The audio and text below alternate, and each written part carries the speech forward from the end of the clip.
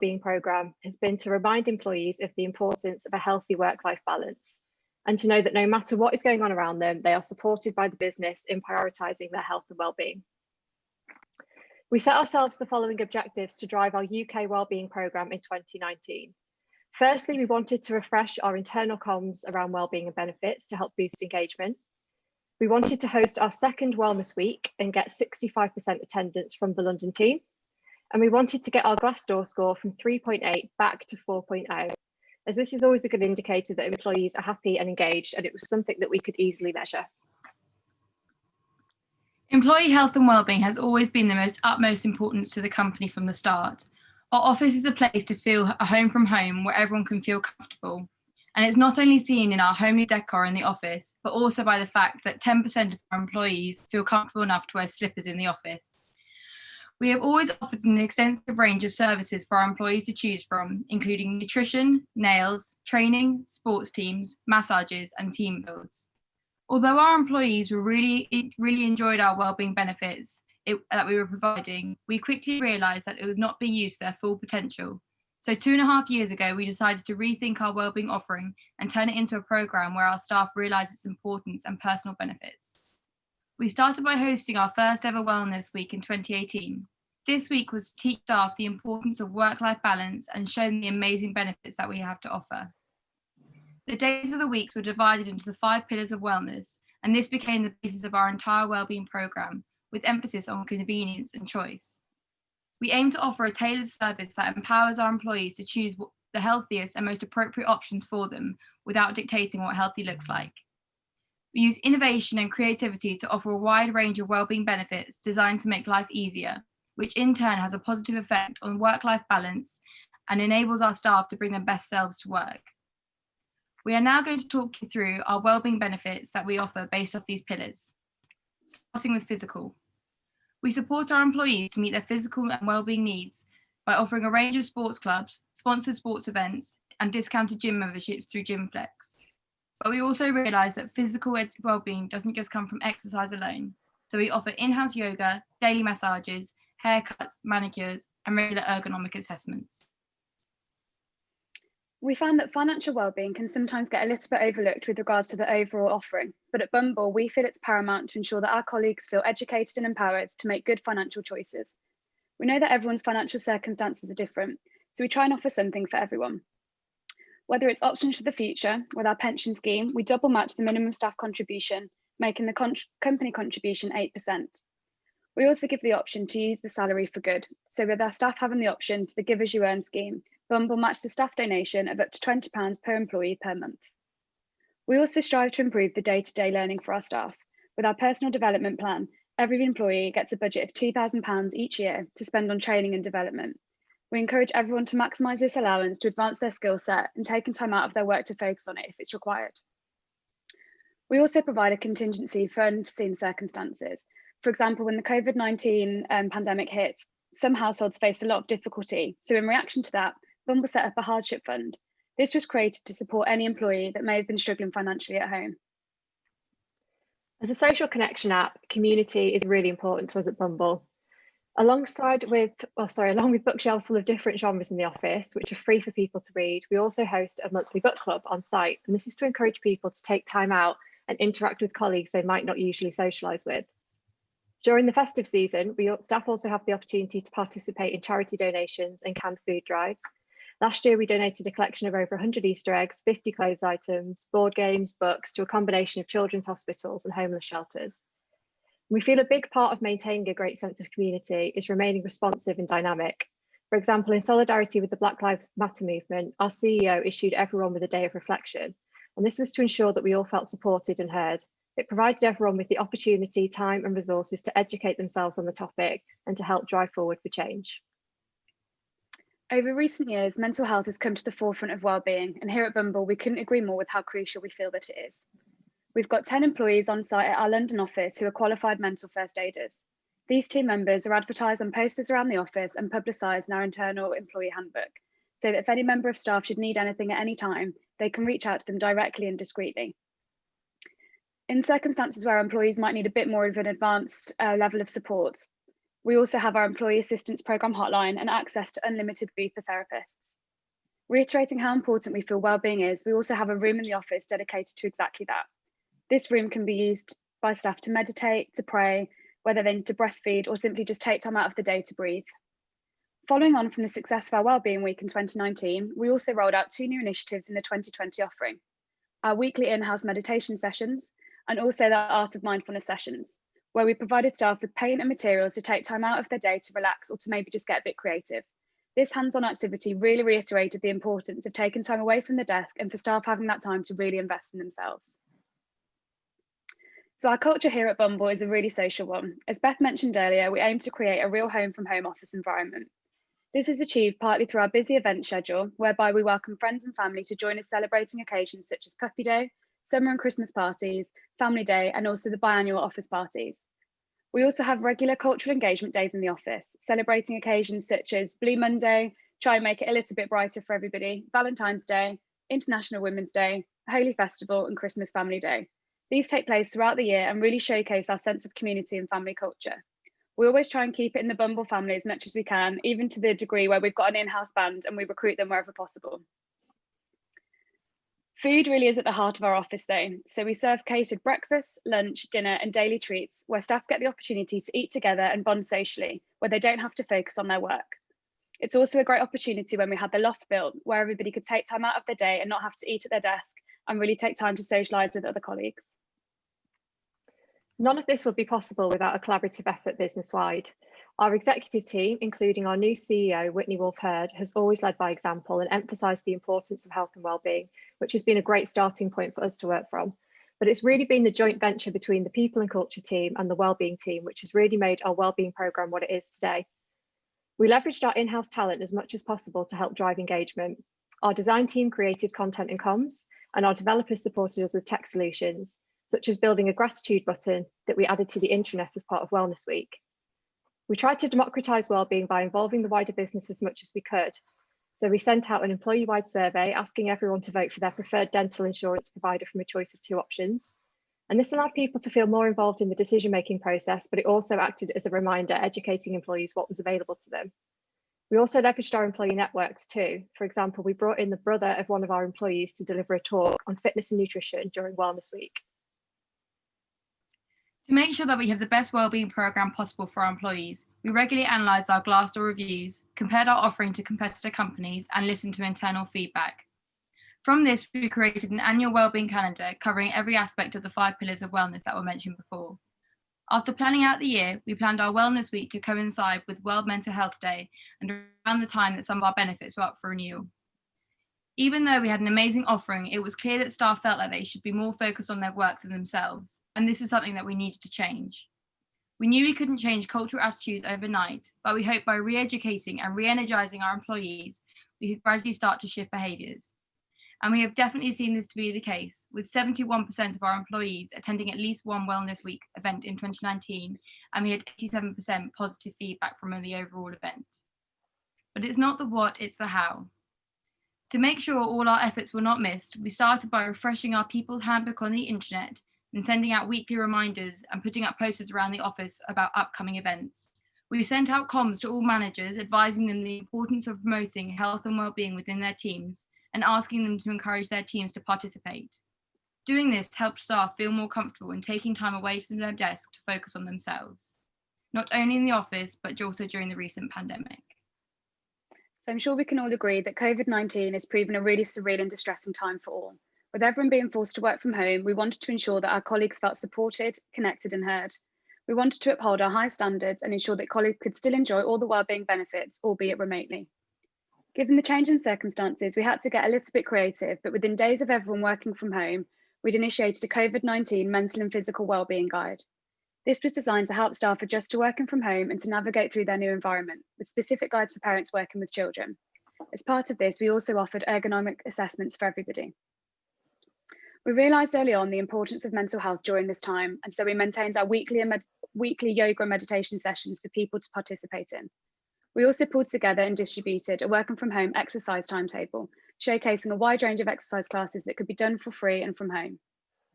In order to keep employees feeling connected and to nod to the celebrations that we would have typically held within the office, We sent out deliveries for Easter treats, family pantry packages, summer hampers, and a gift to celebrate Pride Month. We even upcycled old merchandise and repurposed them into face masks. We felt it was so vital to recognise Mental Health Awareness Week this year, and so to mark it, we issued daily email drops, webinars, cook-alongs for staff to participate in so that everyone could feel involved and listened to. We also used this week to reiterate and promote the existing mental health services available to all of our staff, such as the Employee Assistance Programme and the unlimited BEPA private counselling sessions, as I'd mentioned previously. With food being at the heart of our office and a nucleus of bringing people together on a daily basis, we felt it was paramount while working remotely for teams to stay connected and take time out of their busy days to reset. So we rolled out First Friday lunches, where staff could choose between a range of providers, including our regular on-site caterer, to have meals delivered to them on the first Friday of every month to enjoy with their teams virtually. We also started hosting weekly Slack competitions, encouraging people to send in pictures. This kept the team ignited and engaged, and we've seen a lot of creativity. You might even see a few of us on this slide. To help navigate through these uncertain times, a work from home task force was created. They met remotely several times a week with a mission to make everyone the transition as easy as possible for everyone and answering any queries that came to light. Our CEO provided regular updates and surveys were sent out to assess how everyone was coping and establishing where the stresses were felt the most. When asked how the company had responded to the shift in everyone from working from home in terms of support and communications, a staggering 93% answered with excellent or good. Following on from this amazing result, Amy is now going to talk you through some of our highlights from the Wellbeing programme in 2019. So Wellness Week was such a great catalyst and educational tool for our employees that we've made it an annual event, and we look forward to hosting our third and first virtual Wellness Week in October. We always use the 5 pillars of wellness to guide the event, but we change the theme each year. Last year, the theme was to help employees build new daily habits to improve their general well-being. And we were really proud of the results that we achieved from this project. Some of the highlights being, as Beth mentioned, 71% of employees attended at least one event, which surpassed our goal of 65%. And we had 87% positive feedback overall. And off the back of this, we've seen 90% increase in payroll giving signups. 60% of our employees are using our GymFlex benefit. And our Glassdoor score increased from 3.8 back to 4.0, and it's increased further and now actually sits at 4.6. And in response to employee feedback, we also launched the Babylon Health app to work alongside our PMI. And having virtual access to GP appointments has proven invaluable during the recent COVID period. While tangible results are a great way to reflect our successes, we believe that talking to staff and getting direct feedback is the best way to find out where staff feel like they need more support. I'm now going to show you a video of a few of our staff talking through our Wellbeing programme. Bear with me while I stop screen. Sorry, we had a bit of a technical glitch embedding the video, so best just switching. So if I were to describe our wellbeing programme in one word, it would be inclusive. It would be nurturing. Out of this world. Amazing. Amazing. I find it really hard to say it in one word. Would probably be our sponsored sports events. I feel like they're just a great opportunity to raise money for charity, raise awareness for charity. My favourite activity on the Wellbeing programme is yoga. I love the GymFlex programme. It's really helped me improve my health and fitness, which has been amazing. The lovely wide selection of food, plus with the loft space that go with it. I feel like it just informs my lifestyle choices. It helps me to improve myself physically and mentally. It's there for me all the time. It looks after me, whether, it's treats, food-wise. It's really helps teach me the importance of physical and mental well-being, both in and out of the office, but it's also really helps me connect with my colleagues, whether that's through health and fitness, or whether that's through food, or the amazing parties that I've thrown.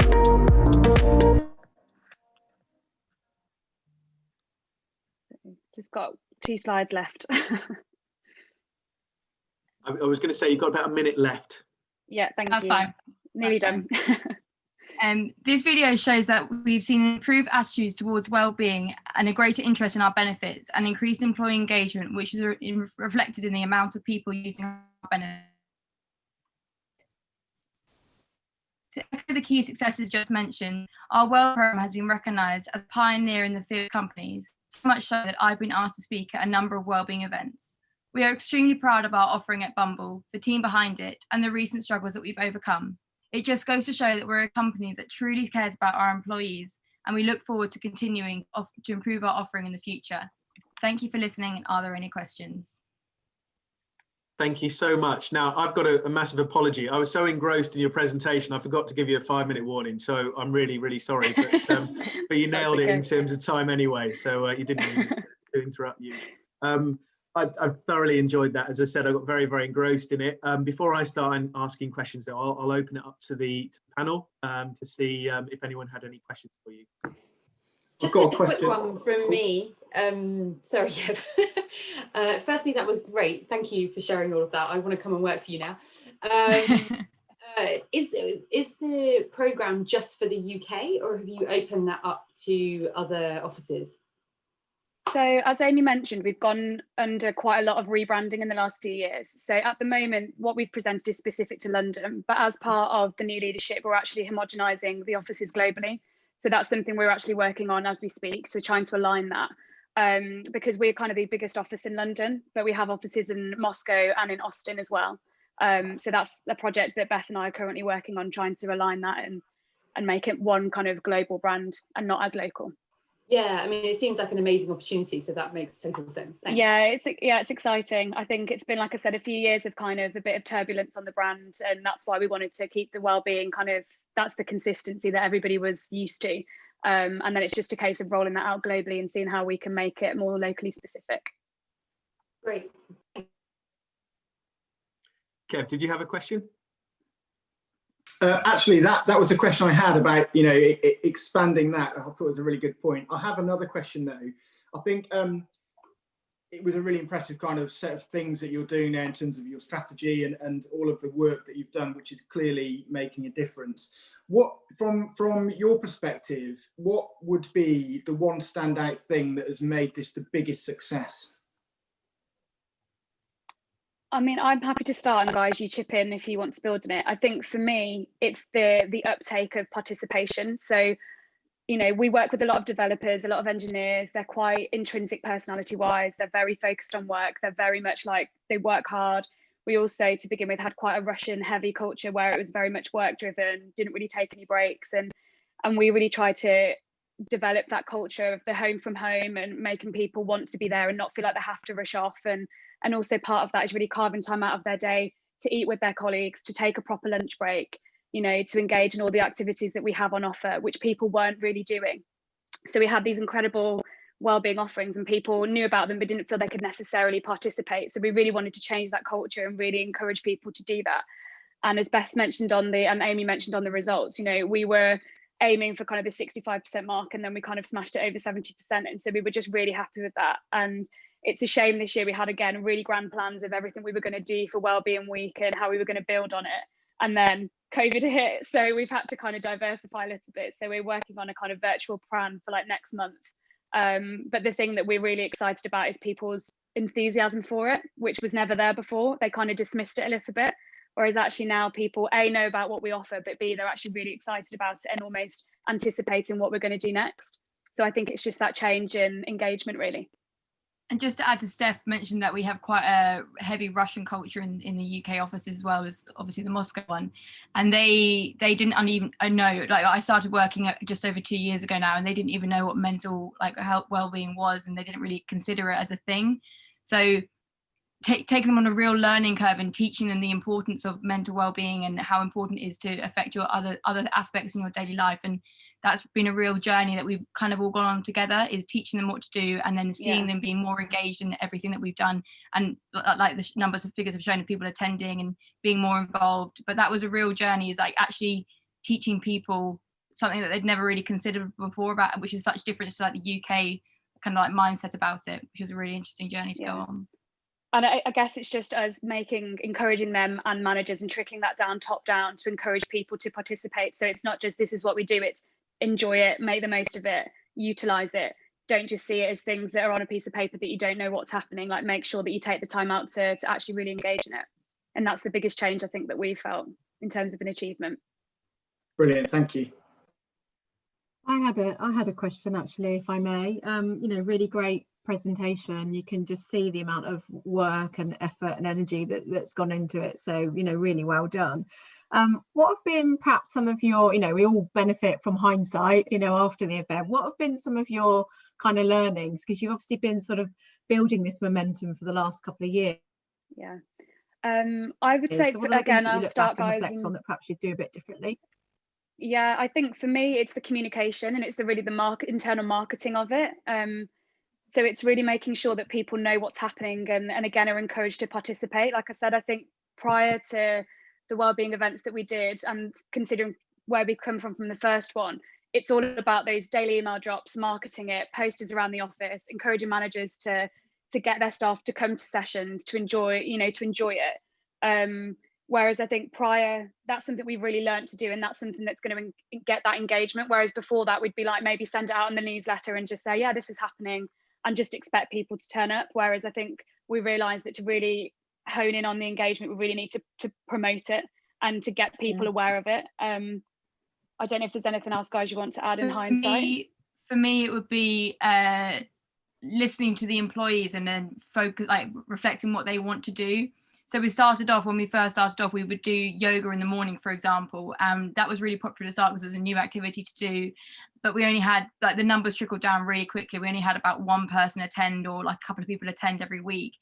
So we kind of stopped doing it because we weren't seeing the benefits for it. It wasn't really helping as many people as we hoped. And then we kind of got feedback from everyone. What are the things that you'd actually like to participate in? What can we do to help you? And then from that, we changed yoga to an evening activity, so people would stay in the office after work rather than having to go in early. And from that, we've seen it completely booked out every single week, and waiting lists every single time that we've done it. It's a really popular thing. So I think listening to people and what they need to fit around their schedules or support them in what they need is a really important one as well. So, and from that, we've taken up meditate. We don't just do yoga. We've started doing meditation as well, and looking into other kind of fitness and other activities that we can do in the office. So I think listening what the people need rather than just kind of trialing it out and seeing if they presuming if they like it or not. Yeah. I think that kind of plays into what that's a really good point from Beth. And I think that kind of plays into our whole ethos about the convenience and the choice. And that's our kind of whole goal really, is to make things as easy and as convenient for people without dictating to them, because everybody's different. So it's appreciating those idiosyncrasies and actually just thinking there is something for everybody, and making sure that we cater for it's a big office, there's an age range, there's lots of different types of people working there, so it's making sure that we've got something for everyone really. Yeah. I had a quick question, if that's okay, if we've got time. So great presentation, all of you, really inspiring. I was making loads of notes, brilliant. Any budget challenges? I mean, I guess looks fantastic, a whole range of different offerings, but how does it work in your organization in terms of getting budget, and who owns it, and how do you make sure that you get the return on the investment? Just keen to understand that. Yeah, so for us, budgets, we don't get given a specific pot of money. I think for us, we were kind of very adamant that the importance of this and how we would really enhance our recruitment. And, like we said, our Glassdoor review was a real main thing for us in terms of retaining staff, recruiting staff, especially in the tech sphere where it's quite competitive with other very big companies that have much bigger offices and much bigger offering. So the way that we wanted to go down the route was that really bespoke nature, like I said, the convenience and choice, and that does come with a bit of a higher price tag. So we've been really lucky that we don't actually have very restrictive budgets as such. There's obviously cost tracking, which we do, and we diversify to make sure that we're getting that return. So we track it through surveys, attendance, the people that are joining, how they feel about it, what else they would like to see. There's that constant kind of review of the services that we're offering. And also kind of more tangibly, our Glassdoor reviews, which have gone up significantly, our recruitments, which has become a lot easier. The retention of staff as well, especially in tech, which is, typically quite difficult to do. So those are the kind of metrics that we look at without having a specific budget of money to play with. Yeah, thank you. That's great. Thanks a lot. Not too sure. Does anyone else have any questions? No?